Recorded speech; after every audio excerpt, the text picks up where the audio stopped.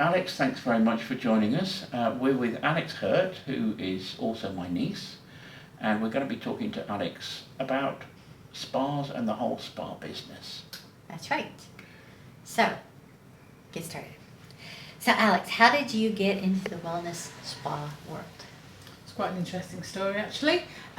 So my grandmother, who had a love of cruises, and my grandfather always used to take her around amazing holidays.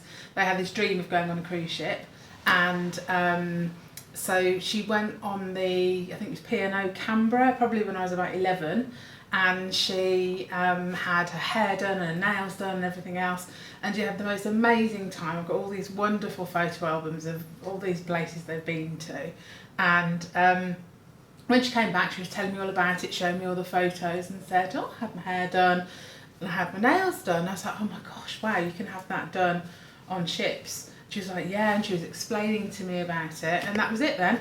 That was it. I was like, Nan, that's what I'm going to do. And she was like, hang on a second, well, you're only 11, you can't kind of decide what you're going to do now. And I said, well, no, I can, and that's what I'm going to do. And then it's like, well, you need to go to school first, and then you might want to go to college and go and do a degree. No, that's what I want to do. So from a really, really early age, I knew that not only did I want to be in wellness.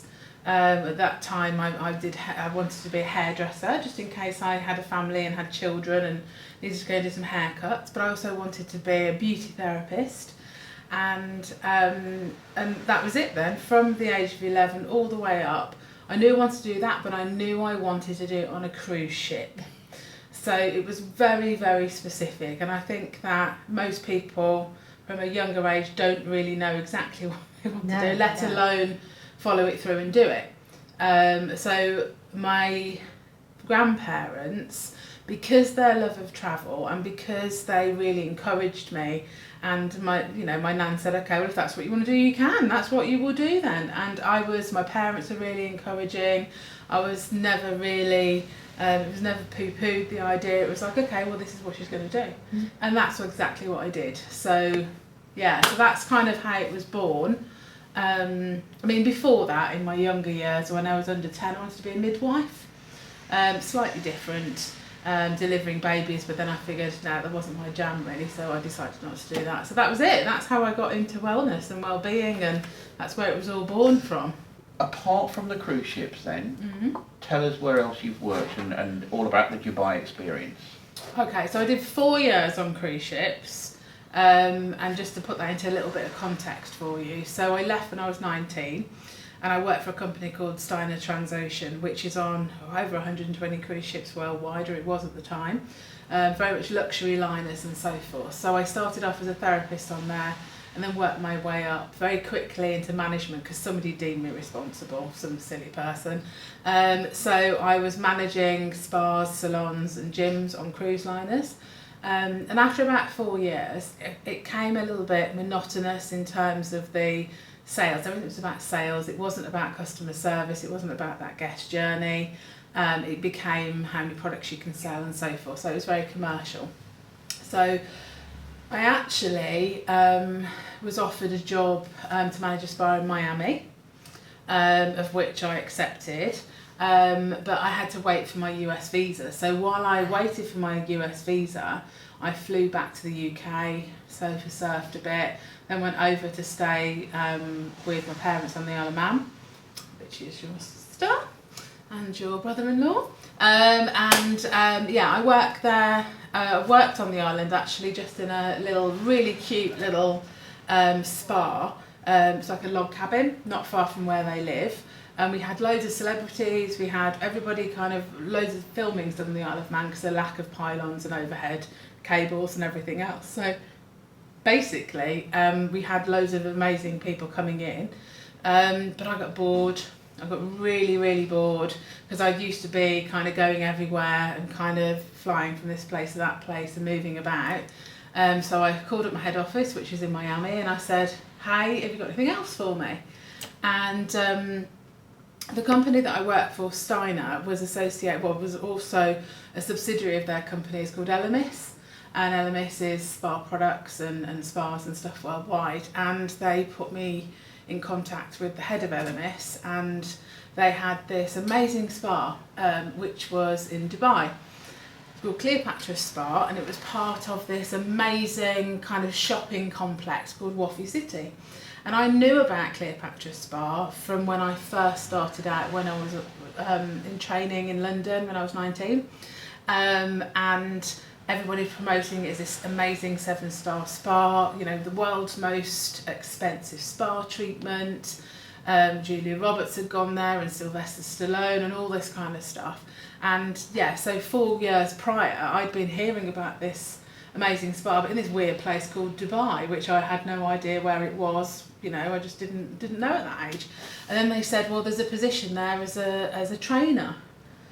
And I turned around, as arrogant as I was at the time, said, I don't actually want to be a trainer, I'm only interested in being a manager. Of which then they came back to me and said, okay, well, we'd really like to interview you, we actually have an assistant manager's position. To which I then said, but I don't want to be an assistant manager, I want to be a spa manager. And they said, but you've only been a spa manager on cruise ships, you haven't been a spa manager on land, so you wouldn't yet be ready for that jump. I was 23 when I was saying all of this. And because obviously I'd known since the age of 11 what I wanted to do, my trajectory was very clear, and I was very headstrong and motivated. And in your head, you'd got 12 years experience. Well, exactly. So there you go. So the nice story is actually Jackie, who was the spa manager of this amazing spa. And this spa had 31 treatment rooms, a male and a female spa, an Ayurvedic specialised part of the spa, which is Indian Ayurveda, which is traditional Indian therapy and kind of herbal medicine.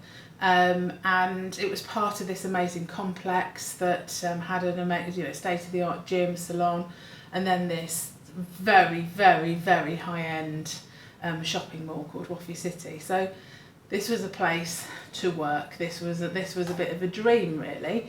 But me being me, I still just wanted the spa manager's position, and the spa manager happened to be on holiday, and she lived in Cumbria and I was on the Isle of Man. So I got a ferry from the Isle of Man to Haitian, and then met her in Lancaster, I think it was, and at the time I smoked, and we had a cup of coffee together and a few cigarettes, and hey presto, I've got a job. So in the August I flew over to Dubai, and didn't really know where I was going, what really to expect, but the thing that greeted me immediately was the Arabs who walk around holding hands and kissing noses. A bit like an Eskimo kiss, but not. And there are a lot of, obviously, Arab women prancing around in their abayas and their shaylas and all that kind of stuff. So it was a real cultural difference. There was a real culture shock. And the major shock came when I went outside at 3 o'clock in the morning, and it was probably about 42 degrees. So it was so hot. It was so hot. And that's kind of where it all began. So I then stayed in Dubai for 13 years in total. I was assistant manager at that spa for 3 years, and I was promoted to spa manager finally. I've got about over 100 staff working for me at that point. And then I left after 6 years and then went on to manage a group of amazing spas for an entrepreneur. And we headed up, in the end we went from 2 spas and we expanded the group to 5. And I was the group operations director. Tell us about Weaver Spa. Okay, so Weaver's House Spa is a beautiful kind of boutique spa that's situated in the most amazing village, or actually town, called Lavenham. And Lavenham's been here for as long as I can remember. The spa is attached to the hotel, and the hotel is about 500 years old, although other parts of it date back to the 13th century. So think Henry VIII, think kind of like the grandeur of that, but within a countryside kind of setting. So Weaver's House Spa was opened in 2015, and it was opened to add value to the hotel, to bring in a different demographic, because a spa brings in a completely different demographic and brings a different value, a different experience, and with well-being and wellness on everybody's kind of radar, having that level of luxury, not only just in the treatments, but also we have a beautiful Vitality pool, which is outside. That's heated at 35 degrees all year round. And then we have a steam sauna and some beautiful relaxation lounges. But the spa in itself is very much a boutique environment. It's very unique.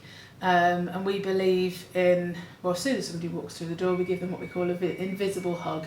And that means that you're not judged, you feel comfortable, you feel that you're greeted by people that actually want to be here and want to make you feel good. So it's less of a kind of an experience that you're just a number, and more of a luxurious, tell me how you are, tell me how you're feeling, how can we help you? Looking at everybody really holistically, nothing robotic, and quite bespoke as well. So we've got 6 treatment rooms, we've got 1 couples room, which is what we're in today, and we do an array of amazing treatments. So different kinds of massage using different techniques, also different products. So we use Temple Spa products.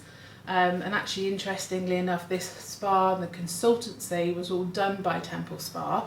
And the owners of Temple Spa, Liz and Mark, they're from Long Melford. But this was a real kind of personal passion project for them, and they did, you know, an amazing job with the spa. It cost 3.6 million to kind of put up. Everything's really high spec.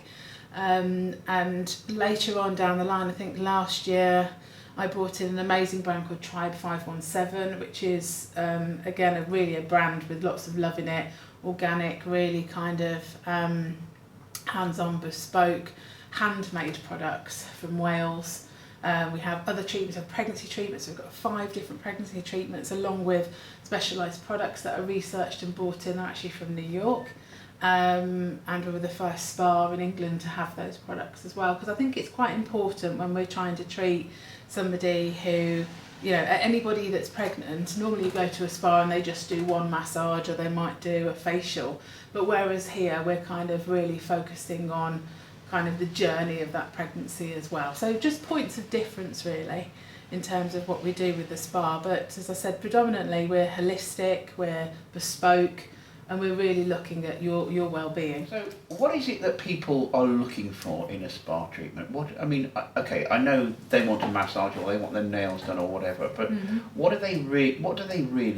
What's the subtext? Everybody's got different needs when they come to a spa. So part of the way that we do our consultations is to truly find out what they need. A lot of people will come in and just think, okay, I want a massage and I want a really firm massage. That's what they think they want. They think that they're coming because they've got a bad back, or they've got something going on with them, or they're really stressed. And most people say, what's the firmest massage that you do? And that's the first port of call really.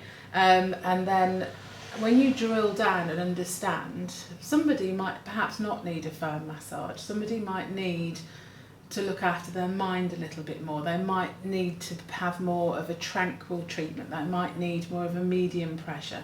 They might need to be rebalanced. But that real need that they have and why they've booked in, the why of why are they coming, you know, what's the first port of call, is a consultation to really understand it. And your skill is to interpret that. Yeah, so I train the therapists to be able to sit down and have a, I suppose, intimate conversation with somebody, less of a to and fro yes and no questions, and more of a tell me how you're feeling, tell me how do you want to feel, how do you relax, when do you relax, what makes you relax. And we have people often that come to us who are real caregivers, and whether they're mums or whether they're carers or whether they're, I don't know, children that look after their parents, for example. So it's different that for everybody.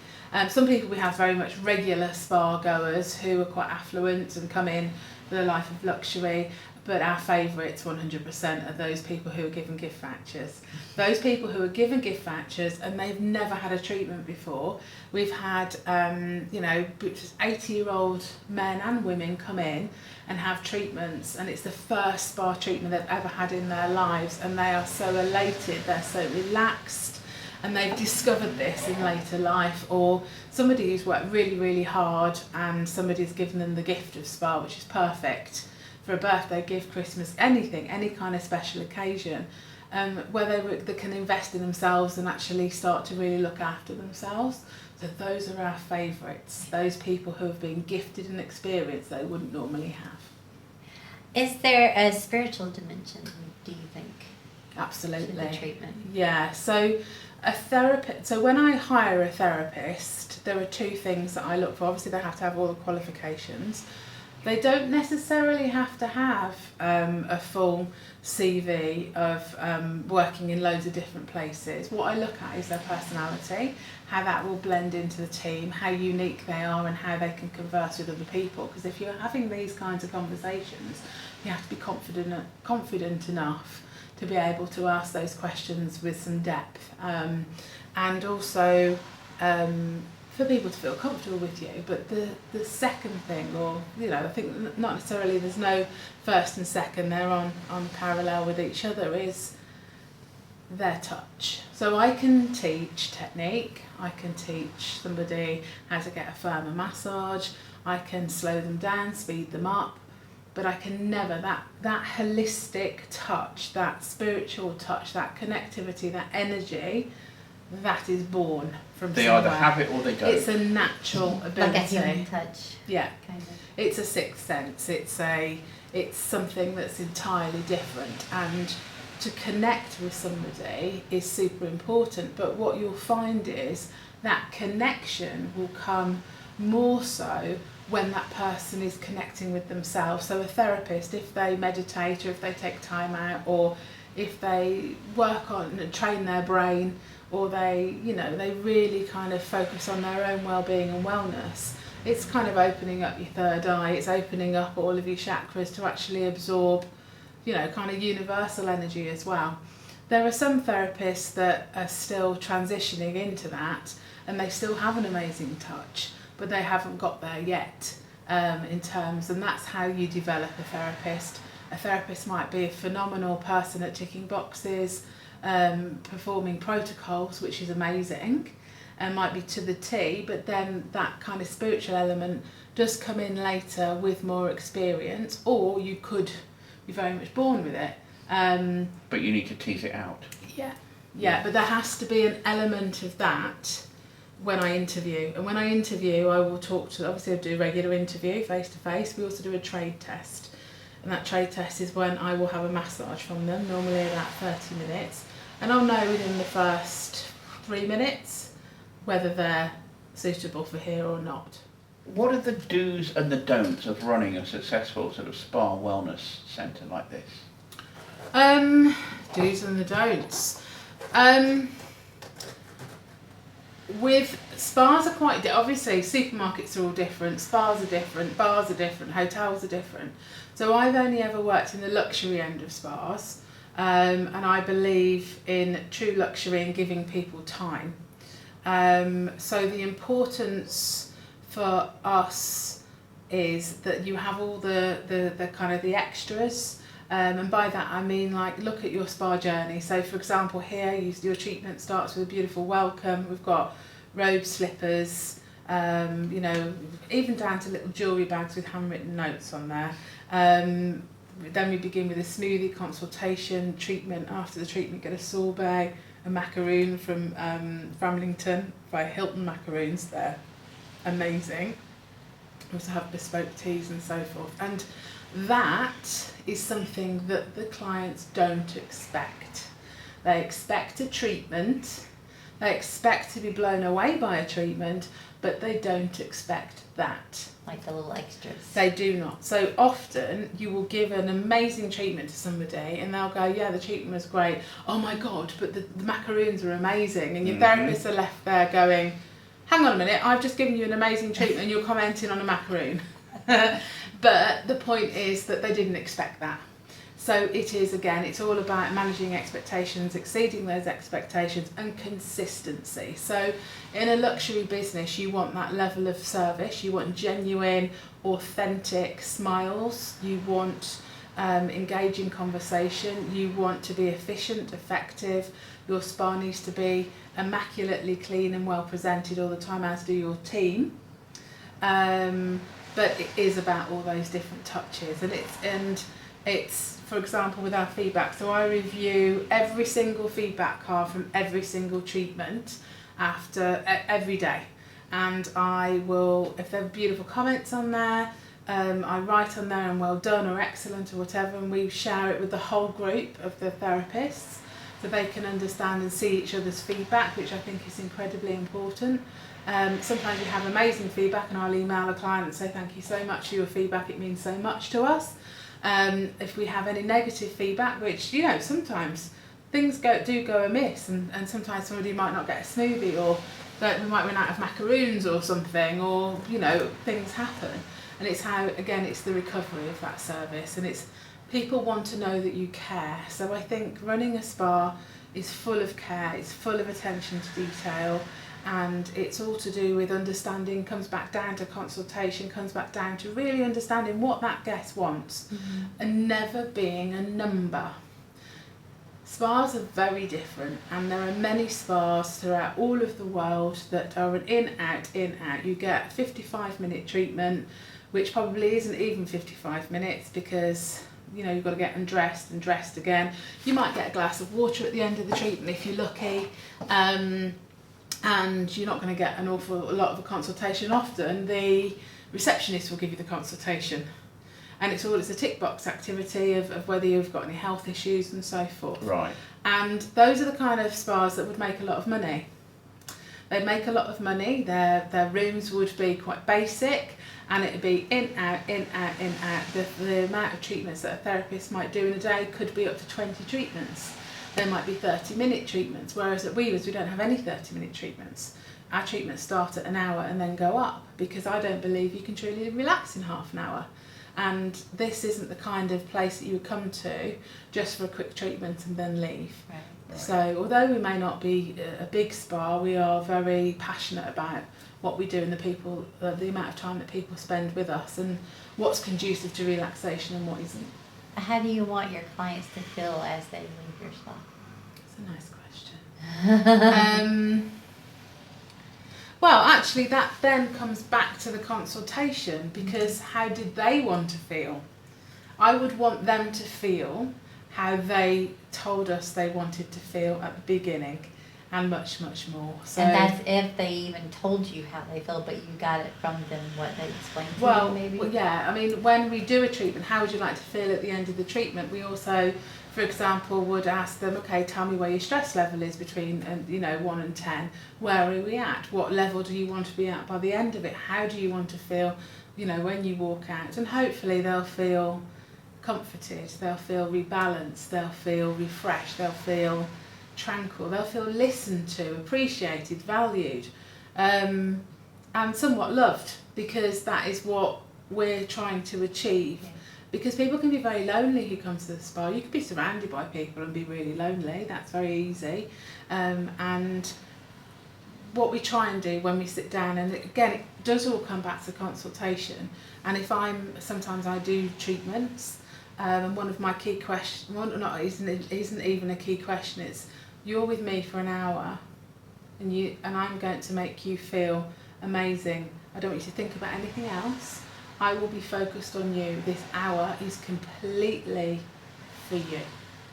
And that is a gift, and I think time is a gift for people, and just to surrender to somebody else and to be able to provide that level of experience is the reason why we all love to come to work. So I want to just drill into this sort of slightly spiritual dimension. Mm-hmm. Do you think, in a way, that spas are replacing a role that originally was perhaps provided in a more formal religious setting? I'm thinking about, people who go to church and confess to a priest and unload, as it were. I mean, do you find that in the spa you're sort of supplying that need for people? That need would be met more so with a regular spa goer, somebody like a member who comes in and needs to offload. That kind of level of experience, level of kind of well-being experience probably would be better matched with a spa retreat. So somewhere where you would go, a friend of mine runs an amazing retreat down in Somerset called 42 Acres. And that one is like an amazing retreat where they go foraging, and it's out there in the woods. It's all about nature, and then you'll have a multitude of lots of people coming and being able to do different activities. I think that spa is a gateway into a more spiritual existence, but maybe it's an acceptable gateway. Instead of going to your shaman down the road and banging a few Tibetan bells together and wafting around your sage, it's more of an interim and it's more acceptable. And maybe, as I said, it's that kind of interlinking into something more spiritual. Some spas are incredibly spiritual. And that's quite specialised, but that can put somebody off as well. It's quite difficult. We used to sell crystals here, and they were all hand-selected crystals by a friend of mine who distributed them, and she was a Reiki master, so all the crystals were charged up with Reiki, and they had beautiful energy in them and so forth. But even in a small town like this, especially back in the years where there was a lot of witchcraft, and the whole village has a history of witchcraft, there are some locals that don't like that. So it's a real kind of it's going to be balanced. But as I said, I think spas are a great introduction to that, offering those kind of treatments. As I said, you might find that more in a retreat setting. But it definitely helps people along into that journey. So why did you stop then? Just to kind of finish that story about the crystals, why did you stop selling them? Only because nobody was ready to burn you at the stake. No, it wasn't going to be burnt at the stake. No, the friend of mine that was supplying those crystals, she moved away to Scotland, and then we just kind of stopped. And with the stock downstairs, I will bring in things, and then I'll bring new things in and so forth, so we don't keep the same. We have got still some of the crystals from her, and they're dotted around in the spa as well. Okay. Mm. Well, when you're looking for a spa yourself for your own treatment, what kind of spa do you look for? I don't look at going to spas. No? Nope. I will go, if I am going to have a treatment myself, I would always go to somebody that I know, and somebody who I know is very good, and someone who I don't have to assess. Because my job permanently is to train and assess, troubleshoot everything. So going to a spa for relaxation for me is a no-go area, because as soon as I set foot in it, I will be looking at everything, and no matter what, I will not switch off. So I have a friend of mine who used to work for me at Weavers. She's called Tash. You know Tash? You've had a treatment. I know her very well, and she's a brilliant therapist. Yeah. So she then she retrained as a therapist when she was here. I helped to train her as well, and now she has her own business called Hush. Oh. And she has a beautiful room not so far away in a place called Nayland, and she performs the most amazing treatments. So if I am going to go and have a treatment, I go and see her, because I know what I'm getting. And the worst thing is to have a treatment and be disappointed. So you can go to the most amazing spa, go to Mandarin Oriental, you can go wherever. But if that therapist isn't right for you, you could have spent a couple of £100. And because I am going to be quite analytical about the experience, and I know that I need to switch off, that's just never a good idea. Yeah, so you can actually park all of those analytical and assessment tools and just get on and enjoy the experience. Yeah. Yes. Now then, of course, the elephant in the room, COVID. First of all, how did it affect the spa industry during lockdown? And secondly, what's the backwash? What's the long-term consequence for the wellness business? Right. Okay. So this is really interesting. So for everybody throughout the world, COVID shook the way that we live, and it really kind of drilling down into it, looked at everybody's work-life balance, because at some point your work would have been affected, whether it was too much work or too little work. And what it really did was highlight the fact of people need to be with their family. They want to spend more time with their family. They value their work-life balance a lot more. And in lockdown, specifically in the UK, we had a lot of people working from home where they would normally be commuting into London. They were able to spend more time with their children, their families and so forth. And it really highlighted that need and that understanding which people perhaps hadn't had before, that, whoa, hang on a minute, let's look at my own well-being. Looking at, you know, COVID and keeping yourself healthy, making different choices, having that time to be able to analyse your life and reanalyse where you're going to go, what you're going to do. Are you actually happy in that job? Do you need to move on to something else? So when we came out of COVID, we were coming out of COVID, so the spa closed in the March 2020. We reopened at the beginning of August 2020, and for that point I didn't let anybody go. Nobody was made redundant. We kept everybody on, and they were furloughed, and then they came back. Obviously it was very restricted, lots of masks and so forth. We had a kind of a simple menu and a reduced menu just because of contact and so forth. And we opened and closed within various different lockdowns. However, so this is what happened. The general public went nuts and wanted to have loads of spa treatments. They then saw the value in having spa treatments, looking after their well-being, having more of a holistic journey, and really investing in themselves, taking the time to invest. But the trouble is, the therapist did the same thing. So now we have a huge demand. And a lack of supply. Yeah, complete lack of supply. Mm-hmm. All the therapists decided, I don't want to work an 8-hour day. I definitely don't want to work weekends. So what happened was the therapist walked out and decided, well, not at the time with my therapist, but over the whole industry. And because being a therapist, I don't know whether you're aware, but we don't get paid a lot of money. It's not highly paid. You know, and you could be probably getting the same amount of money from Tesco's or Waitrose, if it's you, or if it's thank you for that correction. Yeah, Waitrose only for you. You know, Sainsbury's, Tesco's, you know, Aldi actually pay quite well, and that's how quickly can you put everything in the trolley and get it through. I'm sure they've got a bonus system on that, but anyway, I digress. But the point is that we train and we qualify for this job. It's a skilled job, but the level of pay isn't reflected in that, because the cost associated with running a spa is exceptionally high, especially if you are looking at all those details, looking at all of that. It's just incredibly expensive. So what you're left with, the aftermath of COVID, was a huge demand for treatment and a lack of supply in terms of therapists. So then we had to completely rethink, or I had to rethink, how on earth are we going, what we're going to do? How are we going to do this?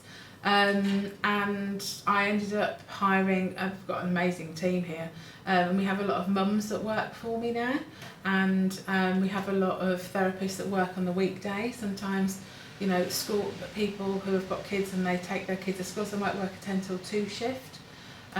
So I've had to do associated offers with that, different promotions, do one called Mama's Morning, which is a 2-hour use of the spa facilities and a 1-hour treatment with some croissants and coffee and blah, blah, blah, you know, because I have to make use of the mums that work for me and the mums that aren't actually with their children. They've got a bit of time out, so I've had to completely flex. Weekends, which are and still could be my complete bread and butter, I am shot for therapists. I don't have hardly any therapists working on a weekend, because therapists now pick and choose where they work, whether they work weekends or whether they don't. Whereas back before, it was a given. I've worked in hospitality since I was 19. I still work every other weekend. I work long hours. I work, you know, probably 9-10 hours a day. But people's whole mindset has shifted. So that's what's happened. And actually, more interestingly, right now, we went from the beginning of the year having so much business and not enough therapists, to now we've had a complete switch. Yeah. Whereas I've got the therapists, I've got them all trained up, but then we've had all the stuff that's happened recently with the economy and inflation and so forth. Everybody stopped spending. So now I've got too many therapists, which cost me too much money and not enough demand from the industry. It's coming back now. It was a tough kind of 6 weeks. Well, let's hope the ship rights itself in the end. Yeah. But Alex, thank you very Yes, much thank for you that. so Thanks for much. sharing your thoughts. That's really, really helpful, and you've got a huge knowledge of the industry, so it's been great to sort of drill down into that and see what's what. My pleasure.